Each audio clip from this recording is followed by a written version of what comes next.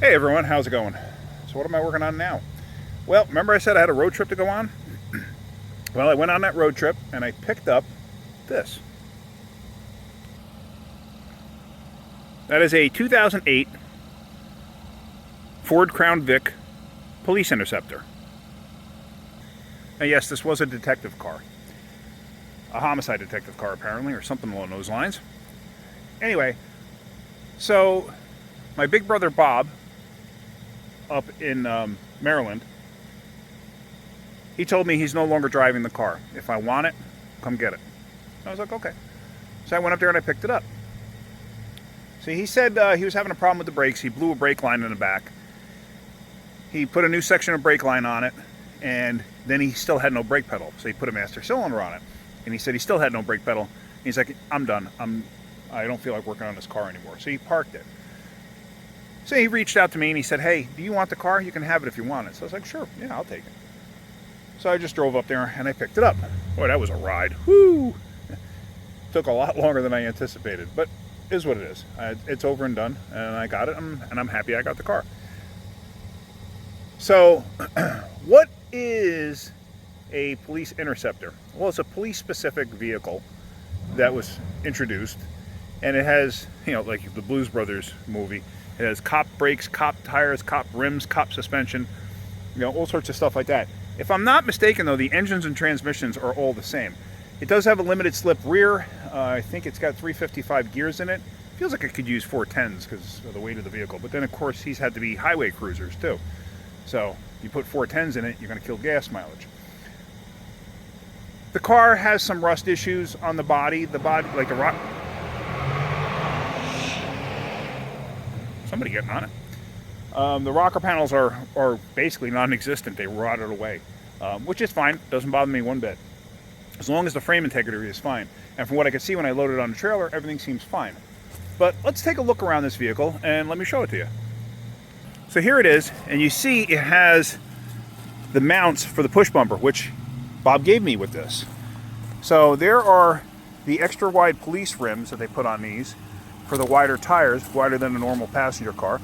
And you can see the body's pretty good. It's got some rust starting up in the bottom corners there. But the rocker panels are pretty much non-existent. They have rusted away. See him? Which, like I said, I'm not really that concerned about it. He gave me rocker panels that he had purchased, but he said he couldn't find the rocker panels for this, so I'm not sure what those are for. Those might be for like an F-150 or something, I don't know. But we're going to find out. So, here, let me show you this. So inside a police interceptor, it actually says police interceptor on the dashboard. I don't know if that's from the factory like that. I think it is, though. Dual airbags. As you can see, pretty basic front seats. Nothing super specific about them. They put the trunk release in the center of the dashboard on these. This way it just makes it easier for the police officers to get to. In the back,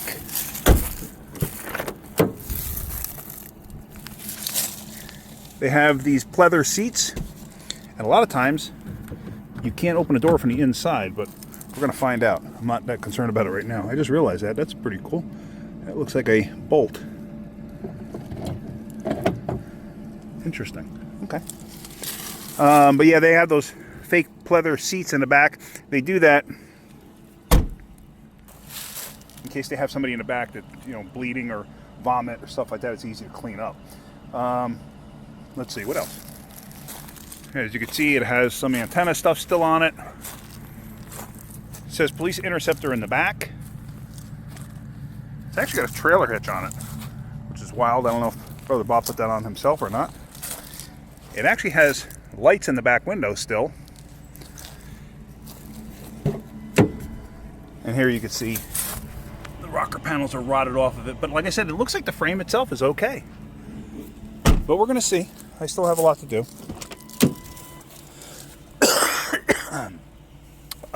Very utilitarian seats in this, but that's kind of to be expected. The AC works good. I'm going to open up the trunk. Oh, I know the glare is pretty bad. I'm going to have to move, but if you look,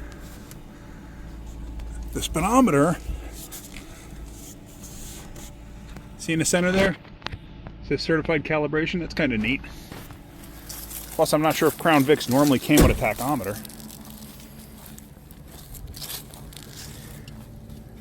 There's the push bar. He gave me a bunch of pieces to go along with this. So, there's the push bumper.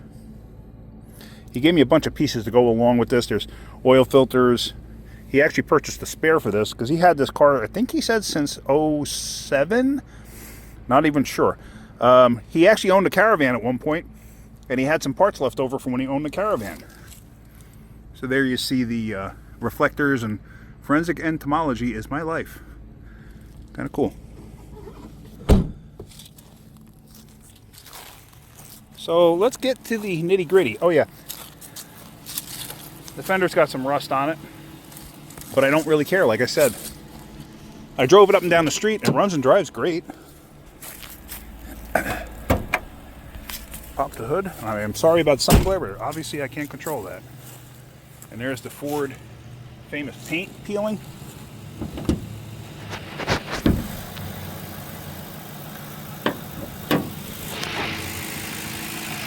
And there is the 4.6 powerhouse. They're not the most powerful thing in the world. He had this thing parked for a long time. He put this underneath the hood because these are notorious for the number 8 spark plug there to get water down in the hole. The way this cowl is designed, it kind of creates a funnel effect and drops right in there. And he wound up with a misfire, and he wound up having to put a coil in it at one point. He did that to help prevent it from happening. I will wind up taking that off, but I understand why he did that. I know exactly why he did that. There's a belt diagram, kind of interesting. But yeah, I mean, it's all no nonsense, nitty gritty. It's got 4-wheel ABS, but that motor sounds excellent. I'm curious if that's the factory original motor. I have no idea. I'll have to really get into this thing and look at it. But there's a lot that can be done with this car. I'm very happy about it. I always wanted one of these. Now I got one. So I'm going to put that push bumper on the front. Let me ask you this. If you guys had this car, what would you do? I like drag racing. So I'm almost thinking about taking it to the drag strip as is and doing things to it to improve the power out of it and improve the performance and see where it goes from there. Another thing that my son suggested was battle cars, if you know what that is, where they kind of like lift them up, paint them, what is it, that primer black color, and put big wheels on it, like the off-road wheels. Kind of give it that Mad Max look. Sorry, I just gotta move over here. So, it's just, I'm really curious, what would you guys do to this?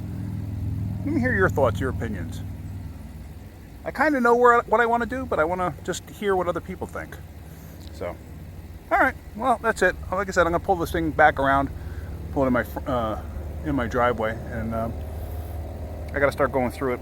I got other things I got to do right now, but I'm very happy with this. This is pretty cool. Thank you, Big Brother Bob. Appreciate it. Alright, everyone. Hope you guys hit out of my videos. If you are, hit that like button. If you could, please subscribe. Alright, have a great day. Keep wrenching.